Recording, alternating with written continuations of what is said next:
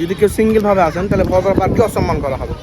খালি আমার, খালি অনলি আমার, মানে গোটা রাস্তাতে না আপনি আমি আমার, হ্যাঁ খারাপ হয়ে গেল, মানে আপনি ফ্রি। ফ্রি। আসসালামু আলাইকুম এভরিওয়ান। আমরা গেছিলাম রাজশাহীর পুরাতন একটা পার্কে বিকেলবেলা ফ্যামিলি বা বন্ধু বান্ধব নিয়ে ঘোরার জন্য। রাজশাহীতে জিয়া পার্ক বা চিড়িয়াখানাকে আমরা চিনি, কিন্তু ভদ্রা পার্ক যা নতুন নামকরণ করে আরডিএ পার্ক করা হয়েছে সেরকম ধারাবাহিকতা নিয়ে আসছে। অনেকে ভদ্রা পার্ক নাম শুনলে ব্যাপারটা খারাপ ভাবে নিত। আমি 2015 সালে যখন এই পার্কে ঢুকেছিলাম তখন চারিপাশে পুকুর এবং গাছপালায় ভরা ছিল, কিন্তু এখন পুরোটাই ডিফারেন্ট। সময় বদলেছে, জায়গার নামও বদলেছে। এইবার আসি মেন কথায়। আমাদের পার্কে ঢুকতে জনপ্রতি 20 টাকা করে নিয়েছিল। আমরা যেহেতু দুইজন ছিলাম তাই দুইটা টিকিট কেটে পার্কে প্রবেশ করি। পার্কে ঢুকতেই প্রথমে চোখে পড়ে পার্কের ভিতরে সুন্দর সুন্দর রাস্তাগুলোর দিকে। পার্কের রাস্তাগুলোর পাশে দেখতে পেলাম বিশাল একটা পুকুর। আমার যতটুকু ধারণা এইটাই সেই পুকুর যেইটাই বন জঙ্গলে একদম ভরে ছিল।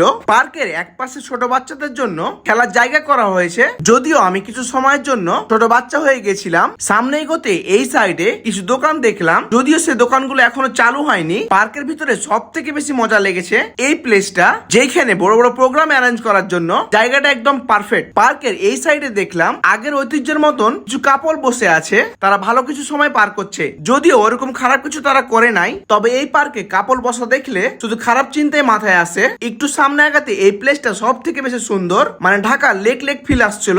ঢাকা লেকের নিচে কিছু মানুষকে দেখলাম বোট চালাচ্ছে। এই বোটে জনপ্রতি 60 টাকা করে নিবে। আপনারা কারা কারা এই বোটে উঠছেন কমেন্ট করে অবশ্যই জানাবেন। পার্কের একটু সামনে এগোতে দেখলাম ঢাকা থেকে কিছু লোক রাজশাহীতে আসছে। পরে দেখি এটা পার্কের ভিতরের ট্রেন, সুন্দর একটা ট্রেন যেখানে বাচ্চারা ট্রেনে উঠে ঘুরে বেড়াচ্ছে। পুরো পার্ক ঘুরতে আমার প্রায় ক্ষুধা লেগে যায়। পুরো পার্কে কোনো খাবারের দোকান না থাকায় হঠাৎ চোখে পড়লো এই মামার দিকে, যেই কিনা এই পার্কে একদম ফ্রিতে ঢুকে। আমি 10 টাকা দিয়ে এই পপকর্ন কিনলাম। ফুড ব্লগার হয়ে এক প্রবলেম, যখন তখন ক্ষুধা লেগে যায়। পপকর্নটা মোটামুটি ভালোই ছিল।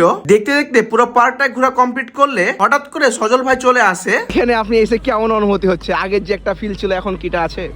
আমি আমার বাপের কালানে ভদ্রা পার্কে এসেছি, কোনোদিনও ফাউল কিছু করতে আসিনি, ঠিক আছে। গার্লফ্রেন্ড তো দূরের কথা, আমি এসেছিলাম তখন আমার মেয়েকে নিয়ে এসেছিলাম যখন হচ্ছে শিশু একটা পার্ক ছিল ভদ্রা পার্কের পাশেই, ওইখানে এসেছিলাম। বাট এটা তো হচ্ছে ভাইয়া চাতকীদের জন্য পার্ক।